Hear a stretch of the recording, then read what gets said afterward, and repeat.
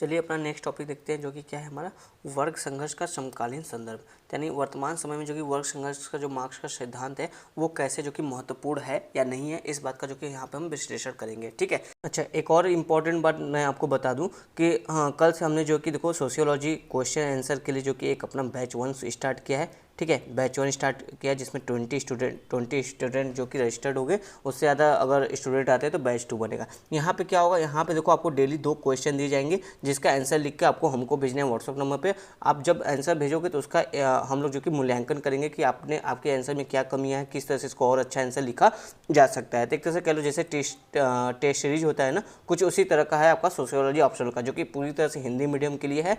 ठीक है, तो अगर आप लोग इंटरेस्टेड हो तो आप ज्वाइन कर सकते हो। मैं इसका लिंक जो कि आपको टेलीग्राम में दे दूंगा। ठीक है, तो यहाँ पे देखो कहा जा रहा है पहले ही पॉइंट से, सोवियत संघ का विघटन एवं साम्यवादी देशों की पूंजीवादी प्रवृत्ति की तरफ रुझान ने मार्क्स के विचारों को समकालीन समाज में प्रासंगिकता के संदर्भ में बहस का विषय बना दिया। यानी कहने का मतलब जो आपका सोवियत संघ था और जैसे साम्यवादी कुछ देश थे, आज देखो वो जो कि टूट रहे हैं। ठीक है, और वो जो कि वहाँ अब जो साम्यवादी देश है वो देखो पूंजीवादी की तरफ जो कि अपने जो उनकी जो अर्थव्यवस्था उसको पूंजीवादी के रूप में ला रहे हैं। तो इस तरह की जो घटनाएं हो रही है, यानी कि जो आपका साम्यवादी देश है वो भी पूंजीवादी की तरफ जा रहा है। तो इस तरह जो रुझान हमको विश्व भर में देखने को मिल रहा है। तो इसी कारण बोला जाए कि जो मार्क्स का विचार है वो देखो वर्तमान समय में बहस का विषय बन गया। क्यों? क्योंकि मार्क्स तो बोलते हैं कि साम्यवादी देश ही जो कि अंतिम समाज, इसके बाद कोई समाज का विकास वगैरह नहीं होगा और सभी समाज में सभी लोग जो कि खुशहाल रहेंगे। लेकिन ऐसा होता हुआ नहीं दिख रहा है। जैसे आप सोवियत संघ देखिए, आप चीन देख लीजिए, चीन भी आपका जो कि पूंजीवादी समाज की ओर अग्रसर है। ठीक है, अब आगे देखो यहाँ पर कहा जाए कि इस संदर्भ में मार्क्स के वर्ग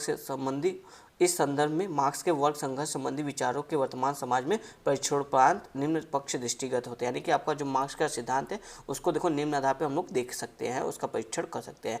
तो पहला यहाँ पे पॉइंट देखो बोला जाए कि मार्क्स की मान्यता है कि मानव समाज का इतिहास वर्ग संघर्ष का इतिहास है। जैसे देखो कार्ल मार्क्स क्या बोलते हैं, जो अब तक का मानव समाज का हमारा इतिहास है वो कैसा रहा है, वर्ग संघर्ष का सिद्धांत रहा है। तब देखो इस बात की आलोचना की जाती है कि समकालीन समाज पूरी तरह, यह जो बात है यह समकालीन समाज पर पूरी तरह से लागू नहीं होती है, क्योंकि वर्तमान समाज में एक तरफ निगम पूंजीवाद यानी कि कॉर्पोरेट कैपिटलिज्म के रूप में वर्ग सहयोग दिखाई देता है, तो जहां उत्पादन की प्रक्रिया में लगे सभी वर्गों द्वारा मिलजुल कर जो कि संगठन के लक्ष्य को पाने का प्रयास किया जाने। यानी कि जैसे मार्क्स बोलते थे कि मानव समाज जो भी है, मानव समाज का इतिहास वर्ग संघर्ष का इतिहास है, लेकिन वर्तमान में ये देखने को नहीं मिला। क्यों? क्योंकि आज देखो जो आपको कॉर्पोरेट कैपिटलिज्म आ गया है, यह देखो वर्ग सहयोग पर हमको देखने को मिल रहा है। साथ ही आप देखो दूसरा बात बोला जाए कि श्रमिक वर्ग भी अब देखो शेयर धारक के रूप में कंपनी का हिस्सेदार बन रहा है, तो इसलिए श्रमिकों का शोषण भी हमको देखने को नहीं मिल रहा है। तो देखो यहाँ पर कहा जाए कि दूसरी तरफ समकालीन समाज में संघर्ष भी केवल आर्थिक न होकर कई रूपों में दिखाई देते हैं। यानी कि संघर्ष अब जो है समाज में आर्थिक न होकर सांस्कृतिक सामाजिक रूप में हमको देखने को मिलता है। जैसे आप देखो तमिल सिंघली जो आपका संघर्ष है, नागा कुकी संघर्ष है, शिया सुन्नी संघर्ष है, देखो धर्म के आधार पर संघर्ष है, राजस्थान में होने वाला गुर्जर मीणा जैसे जातीय संघर्ष, ये संघर्ष मुख्यतः वर्ग संघर्ष न होकर अन्य स्वार्थों पर आधारित संघर्ष के रूप में आज प्रमुख रूप से देखने को मिलते हैं। यानी कहने का मतलब कि आज के समाज में जो संघर्ष देखने को मिला है वो प्रमुख रूप से आर्थिक आधार पर न होकर बल्कि जाति, धर्म, प्रजाति, सांस्कृतिक आधार पर जो कि हमको देखने को मिलता है। देखो आगे कहा जाए कि मार्क्स के वर्ग संघर्ष सिद्धांत के अनुसार वर्ग संघर्ष का कारण संपत्ति संबंध एवं इसमें निहित शोषण, यानी कहने का मतलब जो आपका निजीकरण है उसी के कारण जो कि इसमें जो कि निहित शोषण जो है संपत्तिकरण के कारण, इसी कारण जो कि समाज में वर्ग संघर्ष होता है, ऐसा कार्ल मार्क्स जी कहते हैं।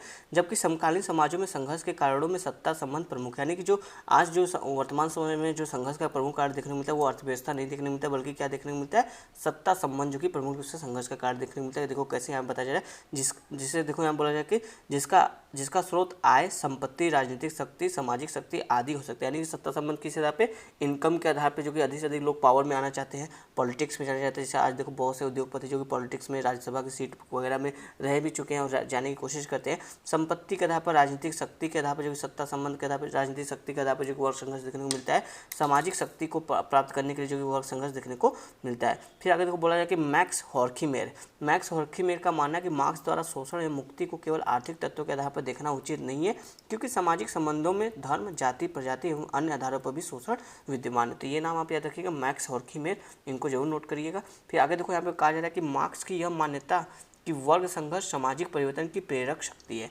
जो मार्क्स क्या बोलते हैं, जो वर्ग संघर्ष है वो सामाजिक परिवर्तन की प्रेरक शक्ति, यानी कि जब समाज में वर्ग संघर्ष होता है तो समाज में परिवर्तन हमको देखने को मिलता है। तो यह जो बात है आज पूरी तरह से जो कि प्रासंगिक नहीं है। आज विज्ञानवाद, स्वतंत्रता, समानता, धर्मनिरपेक्षता जैसी विचारधाराएं मानव समाज के सभी पक्षों को बदल रही है। तो काफ़ी इंपॉर्टेंट पॉइंट है। जैसे मार्क्स बोलते हैं सामाजिक परिवर्तन कैसे आता है, वर्ग संघर्ष के कारण आता है, जबकि आज देखोगे तो आज जो कि सामाजिक परिवर्तन संघर्ष के कारण नहीं बल्कि विज्ञानवाद जो अत्यधिक प्रचलित है, स्वतंत्रता, समानता, धर्मनिरपेक्षता यानी जो आधुनिक मूल्य है उनके कारण जो कि काफ़ी ज़्यादा जो कि मानव समाज में परिवर्तन हमको देखने को मिल रहा है। यहाँ पर देखो कहा जाए कि समकालीन भारत में जाति समानता, महिला सशक्तिकरण, अस्पृश्यता उन्मूलन जैसे तत्व इसी के परिणाम, यानी जो आपका आधुनिक मूल्य है इन्हीं कारण जो कि भारतीय समाज देखो जाति समानता, महिला सशक्तिकरण और अस्पृश्यता उन्मूलन जैसी चीज़ें भी देखने को मिली है। विज्ञान, प्रौद्योगिकी एवं संचार क्रांति, विज्ञान, प्रौद्योगिकी एवं संचार क्रांति भी आज सामाजिक परिवर्तन हेतु महत्वपूर्ण है। यानी आज देखो जो सामाजिक परिवर्तन हो रहा है उसके मुख्य कारण देखो आज देखो जैसे आईटी सेक्टर काफ़ी इंपॉर्टेंट हो गया है जो कि सामाजिक परिवर्तन ला रहा है। जैसे आप फेसबुक, व्हाट्सअप मतलब जो आपका डिजिटलीकरण है इसके कारण काफ़ी ज़्यादा जो कि परिवर्तन हमको देखने को मिला है, जिसके कारण जैसे लोग देखो ग्लोबलाइज हो रहे हैं, यानी कि लोग घर बैठे जो कि पूरे विश्व से जुड़ जा रहे हैं। ठीक है, इससे क्या हो रहा है, कल्चर का भी आदान प्रदान हो रहा है, खान पान का भी आदान प्रदान होता है, इससे समाज में काफ़ी तेज़ी से परिवर्तन हमको देखने को मिल रहा है। फिर देखो कहा जाए कि भारतीय समाज की विभिन्न संस्थाओं में होने वाले तीव्र परिवर्तन समलैंगिक, जैसे देखो समलैंगिक विवाह, सहजीवन आदि की चर्चा इसी को दर्शाता है। यानी आप देखो जो आपका साइंस, आईटी सेक्टर, ये सब जो इतना परिवर्तन है, फिर आधुनिक मूल्य इतना है, यहाँ पे देखो समलैंगिक विवाह को भी मान्यता वगैरह ये सब चीज़ें, फिर सहजीवन की चीज़ें, यह भी देखो जो आपका पारिवारिक संस्था है ना समाज में, उन संस्थाओं में परिवर्तन, विवाह और परिवार संस्था में परिवर्तन को दर्शा रहा है। राज्य के प्रयासों या सामाजिक आंदोलनों द्वारा भी व्यापक रूप से समाज में परिवर्तन आया है। कि ऐसा नहीं कि सामाजिक परिवर्तन केवल वर्ग संघर्ष के आधार पर आया, बल्कि जो राज्य है वो अगर प्रयास करता है तो उसके आधार पर, जैसे देखो यहाँ पर बोला जा रहा है कि जो पंचवर्षीय योजना है इससे देखो भारतीय समाज में काफ़ी ज़्यादा परिवर्तन देखने को मिला है। जैसे गरीबी कम हुई है, ठीक है, सामाजिक विकास काफ़ी ज़्यादा हुए। अब पंचायती राज व्यवस्था, इसने देखो ग्रामीण स्तर पर जो कि लोकतंत्र को जो कि सत्य किया है। तो इस तरह की चीज़ें जो कि सामाजिक परिवर्तन को देखने को मिल रही है। इसके अलावा जो देखो जो सामाजिक आंदोलन हुए, जैसे वंदना शिवा, शरद पाटिल, शरद जोशी, मेधा पाटेकर, सुंदरलाल बहुगुणा, इन जैसे लोगों के प्रयास के कारण ही जो कि समाज में परिवर्तन, बहुत सारे परिवर्तन, सकारात्मक परिवर्तन को देखने को मिल रहे हैं। तो यानी कि समाज में परिवर्तन का जरूरी कारण ये नहीं कि वर्ग संघर्ष हो, बल्कि अन्य कारण भी हो सकते हैं। जैसे राज्य प्रमुख रूप से जो कि समाज परिवर्तन का कारण हो सकता है, और भी चीज़ें जैसे आप देखो यहाँ पे जो आपका लोकतांत्रिक या आधुनिक मूल्य है, साइंस है, जो है ये सब जो कि सामाजिक परिवर्तन का मुख्य कारण हो सकते हैं। यही बातें यहाँ पे कही जा रही है। अब देखो आगे एस पांडे जी लिखते हैं कि मार्क्स के इस सिद्धांत के अनुसार वर्ग संघर्ष की चरम परिणति वर्ग ध्रुवीकरण एवं क्रांति है। यानी मार्क्स क्या बोलते हैं, वर्ग संघर्ष का जो चरम यानी क्लाइमेक्स, एक मैक्सिमम स्टेज क्या होगा हमारा, जैसे वर्ग संघर्ष है, ये समझिए पूरा फेज है वर्ग संघर्ष का, तो इसका मैक्सिमम यहाँ पे मान लो सेंटर बने तो मैक्सिमम फेज यहाँ पे आ गया, काफ़ी ज़्यादा क्रांति हो रहा है। जिसका काफ़ी ज़्यादा क्रांति बोलते हैं कि ध्रुवीकरण, यानी कि पूंजीपति वर्ग एक तरफ हो जाएगा, सर्वहारा वर्ग यानी जो आपका श्रमिक वर्ग है वो दोनों एक दूसरे के विपरीत ध्रुव हो जाएंगे, दोनों एक दूसरे के विरुद्ध रहेंगे। ठीक है, इससे देखो समाज में क्रांति होगा। तो इस तरह की बात यहाँ पे कार्ल मार्क्स जी बोलते हैं कि वर्ग संघर्ष का चरम क्या होगा, समाज में क्रांति होगा, यानी समाज में बदलाव की बात होगी। ठीक है, लेकिन यहाँ पे देखो कहा जाए कि वर्तमान समाज में मध्यम वर्ग का आकार बढ़ता जा रहा है, और इसके कारण देखो इसी को क्या बोला जा रहा है, बुर्जुआकरण, यानी कि बुर्जुआकरण हमको देखने को मिल रहा है। मार्क्स के इस विचार को गलत साबित कर रहा है, यानी बुर्जुआकरण के कारण यानी मध्यम आकार जो मध्यम वर्ग है उसको काफ़ी तेज़ी से बढ़ा है, जिसके कारण जो कि ध्रुवीकरण नहीं हो पा रहा है, यानी जो आपका जो पूंजीपति वर्ग है, श्रमिक वर्ग है, वो जो कि एक दूसरे के विपरीत ध्रुव पे नहीं आ पा रहे, वो एक दूसरे से जुड़े हुए हैं इस मध्यम वर्ग के कारण। फिर देखो यहाँ पे कहा जाए कि हेबरमास, याद करो हमने लास्ट वाले पीछे वाले लेक्चर में पढ़ा था कि हेबरमास कौन है आपके नव मार्क्सवादी है। ठीक है, तो हेबरमास का भी मानना है कि आज विकसित देशों में श्रमिकों के जीवन स्तर में सुधार हुआ है, जैसे भारत जैसे देशों में भी यह प्रक्रिया जारी है। यानी कि ऐसा नहीं कि जैसे क्या बोलते थे कार्ल मार्क्स जी कि पूंजीवाद का जैसे जैसे विकास होगा वैसे वैसे जो श्रमिक वर्ग है उसका शोषण बढ़ता जाएगा, लेकिन हेबरमास बोलते हैं कि ऐसा नहीं है। आज जो कि श्रमिकों के जीवन स्तर में हमको सुधार देखने को मिली है। कैसे, आप देखो जैसे देखो गरीबी कम हुई है ना, गरीबी तो बहुत ज़्यादा कम हो गई धीरे धीरे विश्व भर में से आप देखोगे, और जीवन स्तर में लोगों के सुधार हुआ है, जीवन जो संसाधन है वहाँ तक पहुँच जो कि संभव हुई है, आधारभूत जीवन जीने के योग्य जो भी चीज़ें वो सब कुछ जो कि सुलभ हुआ है। तो इस वजह से बोला जा रहा है कि श्रमिकों का ऐसा नहीं कि शोषण हो रहा है, बल्कि श्रमिकों के जीवन में सुधार भी हमको देखने को मिल रहा है। ऐसी स्थिति ने वर्तमान समाज में साम्यवादी क्रांति की संभावना को धूमिल कर, यानी जो मार्क्स बोलते हैं कि पूंजीवादी समाज का जो कि मैक्सिमम चरम क्या होता है, चरम स्थिति क्या हुआ, एक सेकेंड, स्थिति क्या होगा, क्रांति होगा। तो यहाँ पे बोला कि ऐसा नहीं क्रांति होगा, बल्कि यहाँ पे देखो सभी श्रमिकों का जो कि जीवन स्तर में जो कि सुधार देखने को मिला है, तो क्रांति जैसी जो संभावना है वो धूमिल होती है हमको नजर आ रही है, यानी क्रांति की कोई स्कोप वगैरह नहीं दिख रहा है। फिर आप देखो यहाँ पर कहा जाता है कि मार्क्स की मान्यता है कि साम्यवादी क्रांति शोषण एवं वर्ग संघर्ष का अंत कर साम्यवाद की स्थापना करेगी। यानी कि मार्क्स कहते हैं कि जो आपका पूंजीवाद समाज, वहाँ पे जब क्रांति होगा तो जो आपका नया समाज आएगा, कौन सा आएगा, साम्यवाद समाज आएगा। तो यहाँ पे देखो शोषण और वर्ग संघर्ष का जो कि नहीं होगा, वर्ग संघर्ष जैसी चीज़ें नहीं देखने को मिलेगी। यह समाज जो कि राज्य विहीन, वर्ग विहीन एवं शोषण विहीन होगी और यह इतिहास की अंतिम अवस्था होगी, ऐसा कार्ल मार्क्स कहते हैं। परंतु फ्रांसीसी फुकुयामा जैसे उत्तर आधुनिक विचारकों ने सोवियत संघ, चीन एवं अन्य समाजवादी देशों के अनुभवों के आधार पर इस मान्यता पर प्रश्न चिन्ह लगाया। जैसे बोलते हैं कि साम्यवादी समाज जो कि अंतिम समाज होगा, लेकिन आज देखो जैसे आपको सोवियत संघ जो कि साम्यवादी समाज के काफ़ी निकट था, वो उसका जो कि विघटन हमको देखने को मिल गया, वो टूट गया। यानी कि यह, और इससे में जो सबसे बड़ा देश निकला सोवियत संघ से, वो कौन निकला, रूस निकला, जो कि सोवियत संघ का नेतृत्व कर रहा है अभी कह लो एक तरह से। तो रूस भी देखोगे तो थोड़ा थोड़ा पूंजीवाद की तरफ जा रहा है, और चीन तो काफ़ी ज़्यादा जो कि पूंजीवाद को अपना लिया है। यानी कि ये जो देश साम्यवादी देश है, ये पूंजीवाद की ओर अग्रसर हो रहा है। जबकि मार्क्स क्या बोलते थे कि पूंजीवादी समाज जो कि आपका जो साम्यवादी समाज है वो लास्ट होगा, पर ऐसा देखने को नहीं मिलता है फ्रांसीसी फुकुयामा जी की स्टडी में, जिन्होंने इंग्लैंड का स्टडी किया था। ठीक है, फ्रांसीसी फुकुयामा जी क्या बोलते हैं कि जो आपका अंतिम समाज कौन सा होगा, उदारवादी पूंजीवादी समाज ही इतिहास का अंतिम समाज माना जाएगा। अब यहाँ पर देखो कहा जा रहा है कि उपरोक्त तत्व मार्क्स के वर्ग संघर्ष सिद्धांत को केवल एक पक्ष को दर्शाते हैं और केवल इसी के आधार पर इस सिद्धांत की समकालीन महत्व को खारिज नहीं किया जा सकता। इसका दूसरा पक्ष भी है जो आज भी इसकी प्रासंगिकता को दर्शाते हैं। यानी कि आज देखेंगे कैसे मार्क्स की जो सिद्धांत है वो कैसे वैलिड है।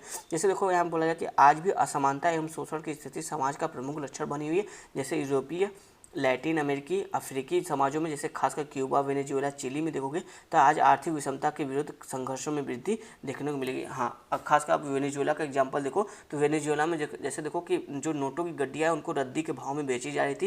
यानी कि वहाँ की करेंसी इतनी ज़्यादा जो कि उनका अवमूल्यन हो गया था कि उसकी वैल्यू बहुत ही कम रहेगी। यहाँ पे ऐसे समझो कि वेनेजुएला में अगर यहाँ का भारत का 1 लाख रुपये है तो वेनेजुएला का जो 1 लाख रुपये है उसमें 1 कप चाय ही मिलता था। तो यानी कि यहाँ पे देखो आपकी जो असमानता है, जो आर्थिक कारण के अर्थव्यवस्था के गड़बड़ हो गया, इसी कारण यहाँ पे असमानता और शोषण में काफ़ी वृद्धि हमको देखने को मिली है। कुछ इसी तरह थोड़ा सा क्यूबा और थोड़ा बहुत तो चिली का भी हाल हमको देखने को मिला है। आज आर्थिक विषमता के विरुद्ध संघर्षों में जो कि वृद्धि देखने को मिल रही है। भारत जैसे विकासशील समाजों में भी नई आर्थिक नीतियों ने आर्थिक विषमता को बढ़ाकर कई रूपों में वर्ग संघर्ष को जन्म दिया है। जैसे आज देखो क्या बोला जाता है, 2017 के ऑक्सफैम की एक रिपोर्ट थी कि 1% धनी लोगों के पास जो कि 58% संपत्ति है भारत में। तो ये देखो क्या बताता है कि आर्थिक विषमता कितनी ज़्यादा हो गई। इसको मैं रेड पेन से कर देता हूँ कि यहाँ पर देखो क्या था, 1% धनी लोगों के पास 58% जो कि संपत्ति रखते हैं भारतीय समाज में, जो कि काफ़ी ज़्यादा जो कि आश्चर्यजनक वाली बात है। यानी आर्थिक विषमता कितनी ज़्यादा, आप इसी से अनुमान लगा सकते हैं, राइट। तो चलो देखते हैं आगे क्या बोला जाता है। यहाँ पे देखो वही बोला कि आर्थिक विषमता को बढ़ाकर कई रूपों में वर्ग संघर्ष को जन्म दिया है। आज माओवादी, communist party, people's war group या बिहार में हो रहे जाति संघर्ष के पीछे आर्थिक विषमता या गरीबी एक प्रमुख कारक के रूप में क्रियाशील है। यानी कि जहाँ जहाँ जो पिछड़े राज्य हैं, पिछड़े राज्य क्यों, क्योंकि वहाँ पे आर्थिक विकास नहीं हो पाया। और उन राज्यों में देखोगे काफ़ी ज़्यादा जो कि जाति संघर्ष, ठीक है, माओवादी, कम्युनिस्ट जैसे छत्तीसगढ़, झारखंड में देखोगे तो ये सब क्यों है, क्योंकि यहाँ के समाज का डेवलप नहीं हो पाया है, आर्थिक विकास ठीक से हो नहीं पाया। इसी कारण यहाँ पे सभी संघर्ष, वर्ग संघर्ष ज़्यादा देखने को मिलता है। ठीक है, तो वही बात यहाँ पे पता चला कि एक तरह से देखो जो मार्क्स की थ्योरी है वो काफ़ी यहाँ पे सही साबित हो रही है। यहाँ पे देखो बोला जाए कि जो आपका जाति संघर्ष के पीछे आर्थिक विषमता या गरीबी एक प्रमुख कारक के रूप में क्रियाशील है, जो अन्य तत्वों के साथ संयुक्त होकर कई तरह की समस्याओं को उत्पन्न कर रही है। आज वैश्विक आतंकवाद, नेपाल में होने वाले माओवादी संघर्ष या अनेक क्षेत्रीय आंदोलन के मूल में आर्थिक पिछड़ापन, अन्याय, शोषण आदि जैसे तत्व प्रमुख है। यानी कि आज देखोगे जितने भी बहुत सारे जैसे वैश्विक आतंकवाद है, यहाँ पे देखो आतंकवाद में जो युवा लड़के हैं वो कौन शामिल है, वो जो गरीब लोग हैं उन्हीं को जो कि मानव बम की तरह यूज किया जाता है, उन्हीं को जो कि आतंकवाद के रूप में ट्रेन वगैरह किया जाता है। ठीक है, यानी कि जितने भी आप देखोगे आर्थिक पिछड़ेपन है, अन्याय, शोषण है, इसी कारण जो कि समाज में जो कि हमको काफ़ी ज़्यादा जो कि तनाव वगैरह या संघर्ष की स्थिति देखने को मिल रहा है। आज विभिन्न अंतर्राष्ट्रीय संगठनों द्वारा अनेक मंचों से आर्थिक विषमता, पिछड़ेपन, अन्याय, शोषण को दूर करने का प्रयास किया जा रहा है। ये सभी घटनाएं उपरोक्त सिद्धांत की समकालीन प्रासंगिकता को ही पुष्ट करते हैं। तो देखो आगे कहा जा रहा है कि भारत में आर्थिक सुधार के बाद श्रमिकों की छटनी एवं असुरक्षा की समस्या और बड़ी है। यानी करें जो भारत में जो आर्थिक सुधार हुआ है उसमें देखो जो श्रमिकों की छटनी काफ़ी तेज़ी से हो गई है, यानी कि बेरोजगारी काफ़ी तेज़ी से बढ़ा है, जो कि वर्तमान समाज में आप देख सकते हो काफ़ी ज़्यादा जो कि बेरोजगारी हमको देखने को मिलता है, और जिसे हाल ही में गुड़गांव स्थित होंडा कंपनी में होने वाले वर्ग संघर्ष के रूप में स्पष्ट रूप से देखा जा सकता है। ये काफ़ी पुराना एग्जाम्पल है। खैर आगे देखो कहा जाता है मार्क्स के साम्यवाद की अवधारणा समाज के नीति निर्माताओं के समक्ष समकालीन सामाजिक व्यवस्था के नकारात्मक पक्षों को दूर करने और समाज को एक दिशा देने हेतु एक अभिप्रेरक विचारधारा के रूप में आज भी क्रियाशील है। यहाँ पे कहा जाए जो मार्क्स का साम्यवादी वाली जो विचारधारा अवधारणा है, यह समाज के जो नीति निर्माता है, वर्तमान समाज के जो नीति निर्माता है, उनको एक देखो दिशा प्रदान करता है। वो जो कि मार्क्स की जो अर्थव्यवस्था पर जो शोषण वगैरह ये सब है, तो इन सब चीज़ को जो कि ध्यान में रखकर जो कि सामाजिक विकास के संबंध जो कि नीति निर्माण कर सकते हैं। फिर यहाँ पर देखो कहा जाए कि उपरोक्त दोनों पक्षों पर विचारोपरांत निष्कर्ष है कि मार्क्स का वर्ग संघर्ष का सिद्धांत समकालीन समाज के लिए अपने कठोर रूप में अक्षरशः भले ही प्रासंगिक न हो, लेकिन वर्तमान समाज में विद्यमान आर्थिक विषमता, सामाजिक अन्याय, शोषण एवं संघर्ष को उजागर कर उन्हें दूर करने तथा सामाजिक परिवर्तन की दिशा देने हेतु एक पद्धति शास्त्री विचारात्मक उपकरण के रूप में आज भी प्रासंगिक है। यानी यहाँ पे कहा जाए कि जो कार्ल मार्क्स का जो सिद्धांत है, दोनों पक्षों को हमने देखा सुना, कार्ल मार्क्स का कैसे आज रिलेवेंट नहीं है वो काफ़ी डिटेल्स देखा, और कैसे आज इनका महत्व है वो भी देखा। ठीक है, अब दोनों पक्षों को देखने के बाद हमको ये समझ में आता है कि हाँ ये बात सही कि जो कार्ल मार्क्स का वर्ग संघर्ष सिद्धांत है ये हो सकता है अपने कठोर, मतलब जैसे कार्ल मार्क्स बोलते हैं, जैसे सब कुछ बोलते हैं वर्ड टू वर्ड, भले ये जो कि आज देखने को नहीं मिलता है, लेकिन ऐसा नहीं कि इनकी प्रासंगिकता नहीं, इनकी प्रासंगिकता आज हमको देखने को मिलती है, जो हमें क्या करेगा, जो हमें किसमें सहायता देगा, जो जैसे वर्तमान समाज जो विद्यमान आर्थिक विषमता है, सामाजिक अन्याय, शोषण, संघर्ष है, इनकी स्टडी करने में काफ़ी जो कि हेल्पफुल है। और सामाजिक परिवर्तन अर्थव्यवस्था का कैसे हो रहा है, इस सब के संबंध में जो कि पद्धति शास्त्री विचारधारात्मक उपकरण के रूप में आज हम प्रासंगिक देखने को मिलता है। फिर देखो आगे कहा जाएगा शायद इसीलिए कोहेन, हेबरमास और फ्रेडरिक जेमेसन जैसे विचारकों द्वारा इसके संशोधित रूप को समकालीन समाज के विश्लेषण हेतु प्रस्तुत किया गया। यानी कि जो आपका कोहेन है, हेबरमास है, हेबरमास जो काफ़ी बार आ रहा है, ये यहाँ पे याद रखना, कोहेन, हेबरमास है और फ्रेडरिक जेमेसन, ये जो कि मार्क्सवाद की जो थ्योरी है उसको उसमें थोड़ा बहुत परिवर्तन करके वर्तमान समाज के हिसाब से जो कि उसका विश्लेषण करने के लिए प्रयोग करते हैं। तो यहीं पे आपका टॉपिक खत्म होता है कार्ल मार्क्स का वर्ग संघर्ष सिद्धांत। नेक्स्ट टॉपिक आपका क्या होगा, अलगाववाद का, जो कि हम लोग देखेंगे अगले वीडियो में। तब तक के लिए धन्यवाद दोस्तों।